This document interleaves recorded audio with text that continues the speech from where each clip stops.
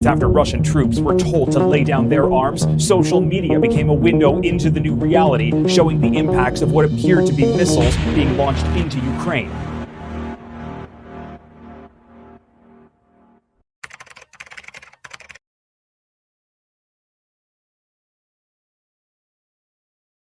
नमस्कार दोस्तों, आज हम बात करने वाले हैं रशिया और यूक्रेन के बारे में। आखिर ऐसे क्या रीजंस रहे कि आज सिचुएशन वॉर तक पहुंच गई। वीडियो में लास्ट तक बने रहना। आई होप आपको वीडियो इन्फॉर्मेटिव लगेगी। तो बात करते हैं 1991 से। उस टाइम पे जो यूएसएसआर था, जो अभी रशिया है, वो अलग अलग कंट्रीज़ में टूट जाता है, जिसमें से यूक्रेन भी एक कंट्री था। क्योंकि यूक्रेन के लोगों में शुरू से ही रशिया से अलग होने की इच्छा थी, और ये चीज़ हम देख सकते हैं 1918 में, जब यूक्रेन था, उसका नाम यूक्रेन सोवियत सोशलिस्ट रिपब्लिक था। वो 1918 में रशिया से अलग होता है। उससे पहले वो रशियन एम्पायर का ही हिस्सा था, और 3 साल बाद ही उसको 15 और कंट्रीज के साथ यूएसएसआर में मिला लिया जाता है। अब वहाँ पे मेजॉरिटी जो लोग थे वो रशिया से अलग होना चाहते थे और यूरोपियन यूनियन में शामिल होना चाहते थे। पर वहाँ पे कुछ लोग थे जो कि सेपरेटिस्ट थे, स्पेशली जो ईस्टर्न एरिया था यूक्रेन का, उसमें जो लोग थे वो रशिया से ही जुड़ना चाहते थे।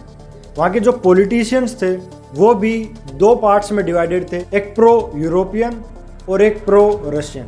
रशिया को भी ये लगता था कि सोवियत यूनियन का बंटना 1991 में एक ट्रेजेडी था, जिसमें 25 मिलियन से ज़्यादा लोग रशिया से अलग हो गए। अब बात आती है 2004 की। 1 मई 2004 में 10 कंट्रीज़ हैं वो यूरोपियन यूनियन से जुड़ते हैं, जिसके अंदर एस्टोनिया, लैटविया, लिथुआनिया, ये 3 कंट्रीज़ ऐसे थे जो कि रशिया के बॉर्डर को शेयर करते थे। आखिर मैं इन 3 कंट्रीज़ को ही क्यों इंडिकेट कर रहा हूँ, क्योंकि ये तीनों कंट्रीज़ रशिया से बॉर्डर शेयर करते हैं। अब रशिया है वो यूक्रेन को यूरोपियन यूनियन से नहीं जुड़ने देना चाहता था, क्योंकि उसको जियोग्राफिकल पॉलिटिक्स में नुकसान होगा, क्योंकि तीनों कंट्रीज़ एस्टोनिया, लैटविया, लिथुआनिया, ये तीनों कंट्रीज़ हैं, ये नाटो के भी सदस्य हैं और ये यूरोपियन यूनियन के भी सदस्य हैं, और ये तीनों ही कंट्रीज़ रशिया से बॉर्डर शेयर करते हैं। तो इससे रशिया को, अगर यूक्रेन है वो यूरोपियन यूनियन ज्वाइन कर लेता है, तो उसको जियोग्राफिकल पॉलिटिक्स में नुकसान होगा।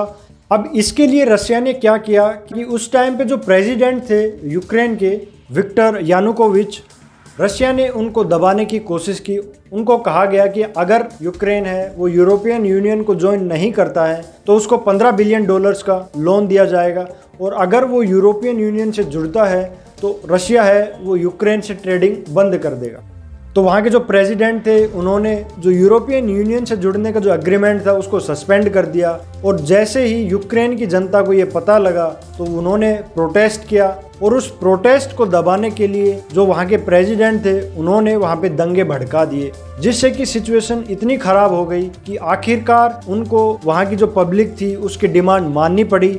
और वहाँ की जो पब्लिक थी वो चाहती थी कि जो विक्टर यानुकोविच हैं वो रिज़ाइन करें, और फाइनली वहाँ के जो प्रेसिडेंट थे उन्होंने अपने पद से रिज़ाइन किया, और 2014 में नए प्रेसिडेंट बनते हैं। इसी 2014 के दौरान रशिया है वो क्रीमिया, जो कि यूक्रेन की ऑटोनोमस टेरिटरी थी, उसके अंदर इन्वेड करता है और उसको अपना पार्ट बना लेता है। क्योंकि रशिया ने ये कहा कि उन्होंने वहाँ पे रेफरेंडम करवाया, जिसके अंदर मेजॉरिटी लोगों का ये मानना था कि वो रशिया से जुड़ना चाहते हैं, लेकिन बाद में पता लगा कि वो रेफरेंडम झूठ था। वो अपनी आर्मी के साथ उन्होंने इन्वेड किया, और जो फैक्ट्स उन्होंने बताए रेफरेंडम के वो गलत थे। अब चूंकि 2014 में न्यू प्रेसिडेंट थे, वो बन गए थे, तो उन्होंने जो एग्रीमेंट था यूरोपियन यूनियन से जुड़ने का वो आगे बढ़ाया, और 27 जून 2014 को जो यूक्रेन था वो यूरोपियन यूनियन का सदस्य बन गया।